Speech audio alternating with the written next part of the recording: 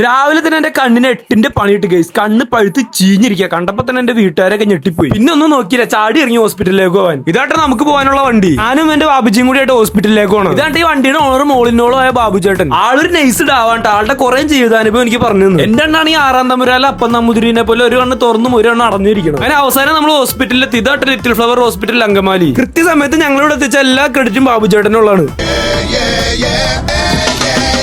സമയം കഴിയുന്നവരെ എന്റെ കണ്ണ് റൂബിക്ക പഴുത്ത മാതിരിയായ തന്നെ. കണ്ണിന്റെ ഒരു ഇടയ്ക്ക് 2ാം നിലയില എന്ന് പറഞ്ഞാൽ ഞാനും അപ്പൊ ലിഫ്റ്റിൽ വലിഞ്ഞേറി 2ാം നിലയിലെത്തി. ഈ ചെക്കനാണെങ്കിൽ എന്നെ കണ്ട് പേടിച്ചും പോയി. അപ്പോഴാണ് വാപ്പിച്ചോറിനെ കയ്യിലുള്ള ഗ്ലാസ് എടുത്ത് കണ്ണിൽ വെച്ചോളാം, ഇനി പേര് വിളിക്കുമ്പോൾ എണീച്ചാൽ മതി. ഇതാണ്ട് നമ്മൾ കാണാനുള്ള ഡോക്ടർ എൻഡർസൺ എൻട്രി. എന്തായാലും പേര് പോലെ തന്നെ ആളും കിടിലനാണ്. എന്റെ കണ്ണൊക്കെ ടെസ്റ്റ് ചെയ്ത് കഴിഞ്ഞപ്പോൾ ഡോക്ടറെ പറഞ്ഞ മോനെ കുഴപ്പമൊന്നുമില്ല, ചെറിയൊരു ഇൻഫെക്ഷൻ 24 മണിക്കൂർ കഴിഞ്ഞാൽ മാറിക്കുള്ളൂ, മരിക്കുന്നവരെ നിനക്ക് കൊടുക്കത്ത ഐസാന്നും പറഞ്ഞു. അത്ഭുതം എന്ന് പറയട്ടെ, ഞങ്ങൾ വീണ്ടും ഊബർ ബുക്ക് ചെയ്തപ്പോൾ ബാബുചേട്ടൻ തന്നെ അടിച്ചു. ബാബുചേട്ടൻ ഈസ് ബാക്ക്. ബാബുചേട്ടനെ കാണുമ്പോൾ ആരെയൊക്കെ ഓർമ്മ ഉണ്ടെങ്കിൽ നിങ്ങളൊന്ന് കമന്റ് ചെയ്യട്ടാ. അപ്പൊ എല്ലാവരും നിങ്ങളുടെ കണ്ണുകൾ നല്ലോണം സൂക്ഷിക്കുക. കണ്ണ് ശരീരത്തിന്റെ വലിയൊരു പാർട്ടാണ്. അപ്പൊ ഓക്കെ, ബൈ.